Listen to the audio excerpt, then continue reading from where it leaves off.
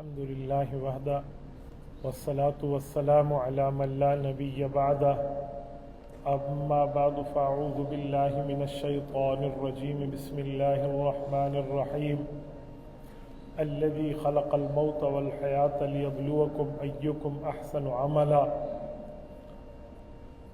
قال النبي صلى الله عليه وسلم القيس من دان نفسه وعمل لما بعد الموت اللهم صل على محمد وعلى آل محمد كما صليت على إبراهيم وعلى آل إبراهيم إنك حميد مجيد اللهم بارك على محمد وعلى آل محمد كما باركت على إبراهيم وعلى آل إبراهيم إنك حميد مجيد. میرے معزز دوستو، زندگی فانی ہے اور موت ایک حقیقت ہے. ہم نظریاتی طور پہ، عقیدے کے طور پہ تو زندگی کو فانی مانتے ہیں، لیکن عام طور پہ جو طرز عمل ہے ہمارا وہ زندگی کے فانی ہونے کا نہیں ہے. زندگی فانی ہونے کا مطلب ہے کہ چند روزہ زندگی لے کر ہم دنیا میں آئے، اور موت یقینی ہونے کا مطلب ہے کہ ہم نے دنیا سے چلے جانا ہے، مر جانا ہے، دنیا چھوڑ جانی ہے. اگر یہی نظریہ، یہی طرز عمل میں ہو تو پھر بندے کو دنیا پہ ایک دوسرے کے ساتھ لڑنا نہیں چاہیے، دنیا کے معاملات کے اوپر حسد نہیں کرنا چاہیے، دنیا کے معاملات میں غیبت نہیں کرنی چاہیے، اور دنیاوی معاملات کے اوپر ایک دوسرے کا خون نہیں بہانا چاہیے، کیونکہ چند روزہ زندگی ہے. ہمیں تو آخرت کا یقین ہے، آخرت میں ہم نے جانا ہے. آج کل ہمارے ہاں آخرت کو بھول کے ساری لڑائیاں دنیا پہ، سارے معاملات دنیا پہ. اس کی وجہ کہ ہم نے اپنی آخرت میں اپنے لیے نامہ اعمال میں نیکیاں کر کے بھیجی نہیں. اگر ہم نے آخرت کی فکر کی ہوتی، آخرت کے گھر کو سنوارنے کے لیے ہم نے اعمال کیے ہوتے، آخرت کے معاملات کے لیے ہم نے نیکیاں کی ہوتی، تو پھر ہمیں شوق ہوتا، ذوق ہوتا، یاد ہوتی، انتظار ہوتا کہ میں نیکیاں کر کے وہاں بھیج چکا ہوں، میرا گھر وہاں بہترین، محجبین، حسین بن چکا ہوگا، لہذا مجھے وہاں جانا چاہیے. آج ہمارا یہ حال نہیں. کسی بندے کے دو گھر ہوں، ایک گھر کو ویران کرے، ایک گھر کو آباد کرے، تو ویرانیوں کے گھر میں کوئی نہیں جاتا، آبادیوں میں ہر بندہ رہتا ہے. ہمارے اگر دنیا اور آخرت کے گھر ہیں، دنیا کا گھر فانی ہے، آخرت کا گھر ابدی ہے، ہمیشہ ہمیشہ کا ہے، اس کے لیے ہم نے کیا محنت کیا. اگر ہم اپنی طرز زندگی بدلنا چاہتے ہیں تو ہمیں ایک ایک چیز پہ سوچنا ہوگا، ایک ایک چیز کو عرصۂ نو دیکھنا ہوگا کہ ہماری محنت کس پہ لگ رہی ہے، ہمارا وقت کس پہ لگ رہا ہے، ہماری صلاحیت کس پہ لگ رہی ہے، ہمارا پیسہ کس پہ لگ رہا ہے، ہماری جوانی کس پہ لگ رہی ہے. اگر دنیا پہ لگ رہی ہے، آخرت پہ نہیں لگ رہی، تو اس کا مطلب ہے کہ صرف ہم نے عقیدہ تو رکھا ہے کہ آخرت ہمیشہ کی ہے، عملی طور پہ ہم نے آخرت کو ہمیشہ کا نہیں مانا. مجھ سے بات ہے، میرے ایک جاننے والے مجھے کہنے لگے کہ استاد جی موبائل میں بہت زیادہ استعمال کرتا ہوں، میری والدہ نے مجھے کہا کہ اپنے پیر صاحب سے علاج پوچھو کہ میں موبائل کا کم استعمال کروں. میں نے کہا موبائل زیادہ استعمال یا کم استعمال یہ وجہ نہیں ہے، وجہ یہ ہے کہ آپ موبائل استعمال کیوں کرتے ہیں. کیا آپ کا کوئی کاروباری معاملہ ہے، کیا کوئی آپ کا دینی معاملہ ہے، یا آپ کا ذاتی اور انٹرٹینمنٹ اور اپنے مشغولیت اور اپنے راحت کے لیے کرتے ہیں، کس وجہ سے کرتے ہیں. اگر آپ اپنے کاروبار کے لیے کرتے ہیں، وہ کاروبار آپ نے خود بھی اپنے لیے رزق حلال کمانا ہے، اپنی بیوی بچوں کو بھی کمانا ہے، تو موبائل ہے، انٹرنیٹ ہے، لیپ ٹاپ ہے، سب کچھ ہے، تو آپ کے لیے ٹھیک ہے، پرابلم ہی نہیں ہے. اگر آپ دینی ضروریات کی بنیاد پہ صرف دین کے لیے کرتے ہیں، دوسرے تک دین کی بات پہنچانے کے لیے کرتے ہیں، تو اس پر بھی کوئی اشکال نہیں ہے، تو نیکی کا کام بن جائے گا.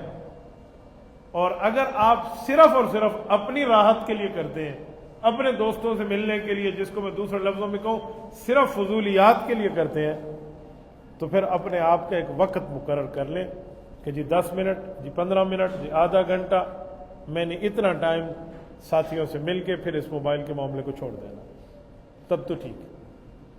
ورنہ فضولیات میں آپ نے سارا وقت لگا لیا تو پھر یہی تو علماء کہتے ہیں کہ قرآن کریم اللہ کو کہے گا کہ اس قوم نے مجھے کھولنے سے چھوڑ دیا تھا،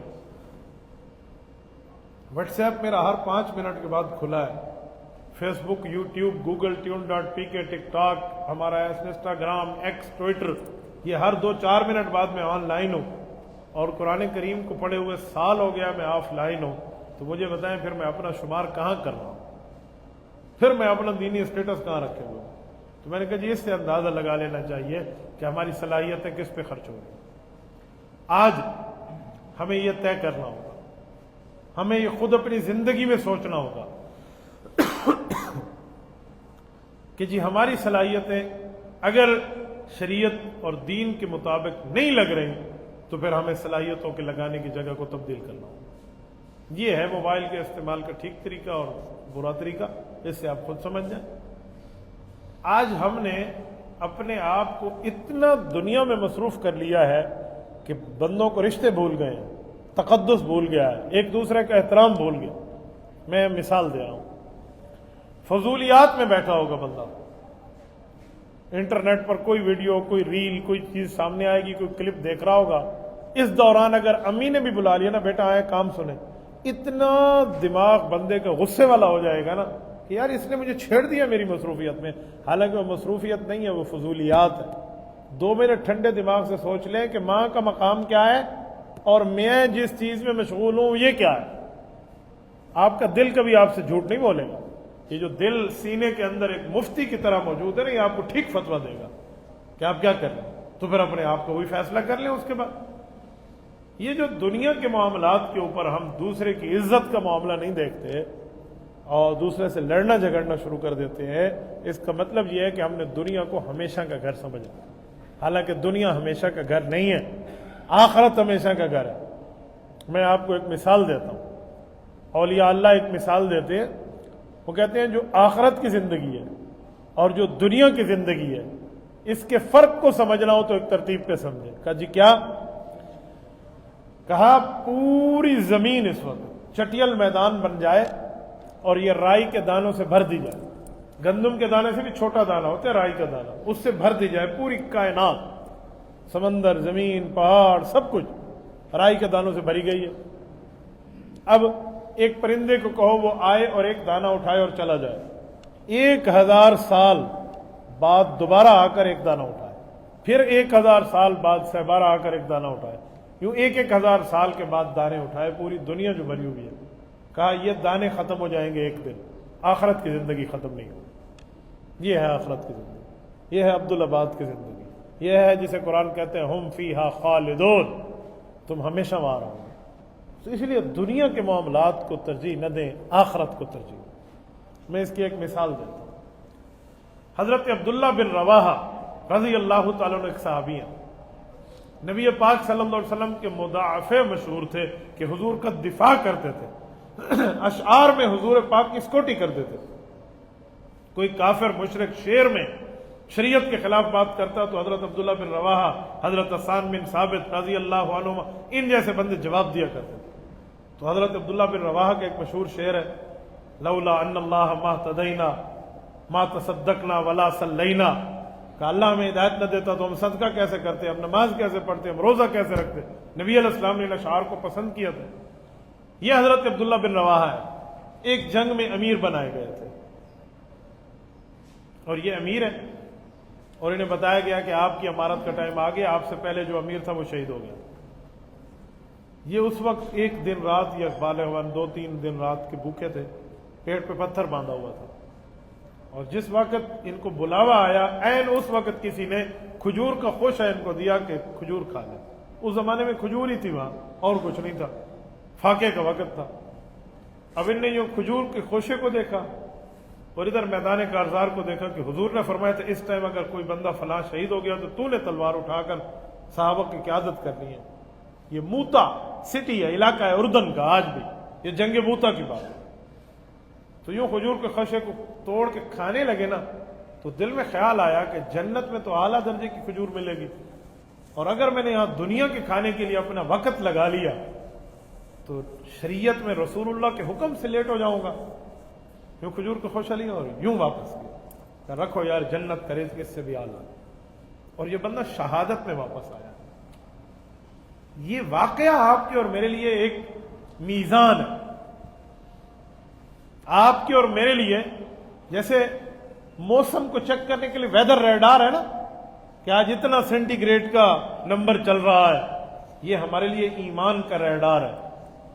یہ ہمارے لیے ایمان کا معیار ہے کہ ہمارا دنیا کے ساتھ کتنا تعلق ہے اور آخرت کے ساتھ کتنا تعلق ہے. آج ہم دنیا کے معاملات دیکھ لیں، ساری محنت دنیا پہ، زمین پہ، کاروبار پہ، گھر بار پہ، دوستی یاری پہ، پیسے پہ، دولت پہ، مال پہ، محلے داری، تعلق داری، جہاں بھی ہے وہ دنیا کے فائدے کے لیے، اور اسی پر لڑائی ہے، اسی پر فساد ہے، اسی پر ناراضگی ہے.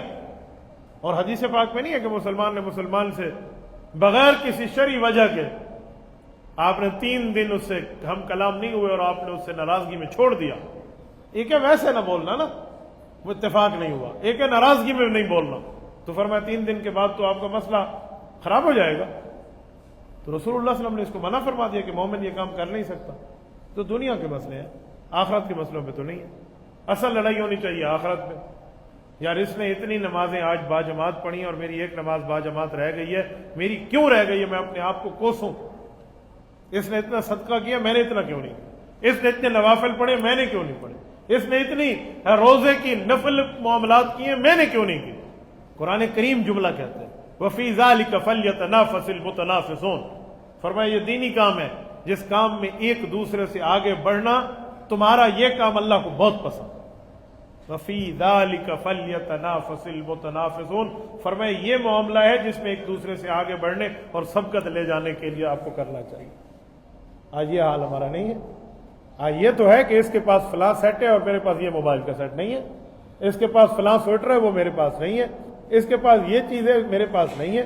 ان نے یہ پیکج لگوا لیا، وہ پیکج میں نے نہیں لگوایا. اس نے اتنا مال کما لیا، وہ میں نے نہیں کمایا. کیا مال کمانے کی بات ہے بھائی؟ کیا فائدہ دے؟ ضرورت کی چیز رکھیں، بس ضرورت جتنی پوری ہو جائے. ضرورت سے بڑھ کے اس کو تو خود بندے کی حفاظت کرنی پڑتی ہے. 2 بندے ایک جنگل میں سوئے نا، ایک کے پاس 1 روپیہ ہو اور ایک کے پاس 1,00,000 روپیہ ہو. مجھے ایمان سے بتائیں سکون کی نیند کون سوئے گا؟ 1,00,000 والا. کیوں؟ پیسہ زیادہ ہے اس کے پاس، کیوں سکون کی نیند نہیں سوئے گا؟ اس کو سکون کی نیند سونی چاہیے، پیسے ہے اس کے پاس. یہ 1 روپے والا آپ کہہ رہے ہیں سکون کی نیند سوئے گا. کیوں؟ جس کے پاس جتنی دنیا کم ہے اتنا وہ سکون میں ہے. حضرت علی المرتضیٰ رضی اللہ عنہ کو ایک شخص نے پیسہ دکھایا اور فخر کیا، تو حضرت علی نے بڑا پیارا جواب دیا. حضرت علی المرتضیٰ یوں چٹکیوں میں مسئلہ حل کر دیا کرتے تھے. حضرت علی کا خاصہ تھا اقضاہم علی. حضور نے فرمایا امت کے چیف جسٹس کے رتبے پہ حضرت علی ہیں. تو حضرت علی نے کیا فرمایا؟ فرمایا تیرے پاس مال ہے، میرے پاس تو علم ہے. تو نے مال لیا ہے، میں نے علم لیا ہے. علوم ہے میرے پاس. کہا علم اور مال میں بڑا فرق ہے. کہا جی وہ کیا؟ کہا تم مال خرچ کرو گے تو ختم ہو جائے گا، کم ہو جائے گا. میں علم خرچ کروں گا تو بڑھ جائے گا. پہلے مجھے علم کی بات پتہ ہوگی، پھر 2-4 اور کوئی پتہ ہوگا. فرمایا میں تو اللہ کی تقدیر پہ راضی ہوں کہ رب نے تم جیسوں کو مال دیا اور مجھ جیسے کو علم دیا. اور مال تو عنقریب ختم ہوگا اور علم ہمیشہ بڑھتا رہے گا. اور پھر حضرت علی کا لفظ ہے کہ اس مال کا محافظ تو ہے اور میرا علم اللہ کے فضل سے میری حفاظت کرے گا. یعنی میری عزت میری دین کی بنیاد پہ ہوگی نا. آج ہم کسی اللہ والے کی عزت کیوں کرتے ہیں کہ اس کے پاس علم زیادہ ہے، دین زیادہ ہے، تقوی زیادہ ہے، تو ہم اس کی حفاظت کر رہے ہیں نا. اور مال ہوگا تو اس کا حفاظت میں خود کروں گا. بھائی جتنا زیادہ مال اتنا قیامت میں اللہ کو حساب، جتنا کم اتنا آسان. کہتے ہیں ہارون الرشید بادشاہ تھا اور اس کے ایک بھائی تھا شاہ بہلول.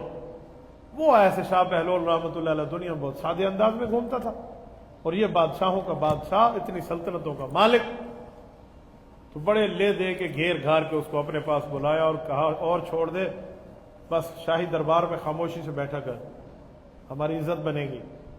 کیا دنیا میں فقیروں والی گڈی پہن کے اور فقراء والے لباس. تو اس نے کہا بھائی صاحب دل سے سوچو تو عقل تو یہی کہے گی کہ بیٹھ جاؤ، یہاں مال و دولت ہے، فراوانی ہے، ٹانگ پہ ٹانگ رکھ کے بیٹھا ہوں، مجھے تو کوئی کمانے کی فکر نہیں ہے. وہ مشکل راستہ ہے جس میں میں ہوں، صبح کی ہے شام کی نہیں ہے، شام کی ہے صبح کی نہیں ہے. ظاہر تو یہی کہتے ہیں یہاں بیٹھ جاؤ. تو کہا پھر کیوں نہیں بیٹھتے؟ کہ ایک وجہ ہے، اگر آپ اس کو حل کر دیں تو میرے لیے تو بہت آسانی ہو جائے گی. تو بادشاہ انہوں نے کہا کون سی وجہ جو حل نہیں ہوتی بتا. انہوں نے کہا اللہ کے ہاں حساب دینے سے ڈرتا ہوں، جتنی زیادہ چیزیں ہوں گی زیادہ حساب دینا پڑے گا. بادشاہ نے کہا واہ کیسے مشکل ہے؟ کہنا صبح اٹھا ہوں، صبح میں نے یہ کام کیے ہیں، دوپہر یہ کام کیے ہیں، ظہر یہ ہے، عصر یہ ہے، مغرب یہ ہے، عشاء یہ ہے، رات یہ ہے، دن یہ ہے، اس کا حصہ اس کو دیا، اس کا حصہ پوری گھنٹے کی پٹی سنائی. اس نے کہا حضرت یہ دنیاوی معاملات میں ایک ایک کے ساتھ لین دین، اتنا لمبا حساب دیں گے آپ اللہ کو؟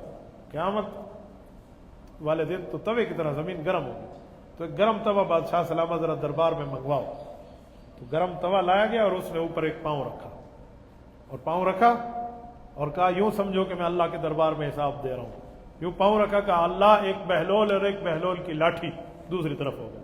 کہا میرا حساب پورا، اب تو قدم رکھ اور دے 7 سلطنتوں کا حساب.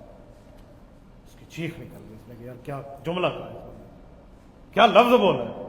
کہا ٹھیک ہے 2 نمبریاں تو نے نہیں کی، ٹھیک کیا ہے، وہی ٹھیک اس پہ چڑھ کے ذرا حساب دے نا، ذرا اتنے ٹائم کے لیے تو ٹھہر جا.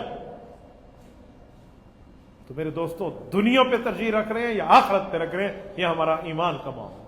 ہمیں صبح سے شام تک کی زندگی سوچنی چاہیے. اگر ہمارے کام کی وجہ دنیا ہے تو اس کا مطلب ہے ہم آخرت کو بھول چکے ہیں، اور ہمارے کام کی وجہ دنیا بھی ہے اور آخرت بھی ہے. دنیا صرف ضرورت تک ہے، کیونکہ ربنا آتنا فی الدنیا حسنہ اور فی الآخرت حسنہ دونوں مانگے گئے. ہم آخرت نہیں بھولے تو پھر اللہ کو شکر کریں کہ ہم ٹھیک راستے تھے. اللہ ہمیں عمل کی توفیق عطا فرمائے. اقول قولی ھذا واستغفر اللہ وآخر دعوانا ان الحمد للہ رب العالمین.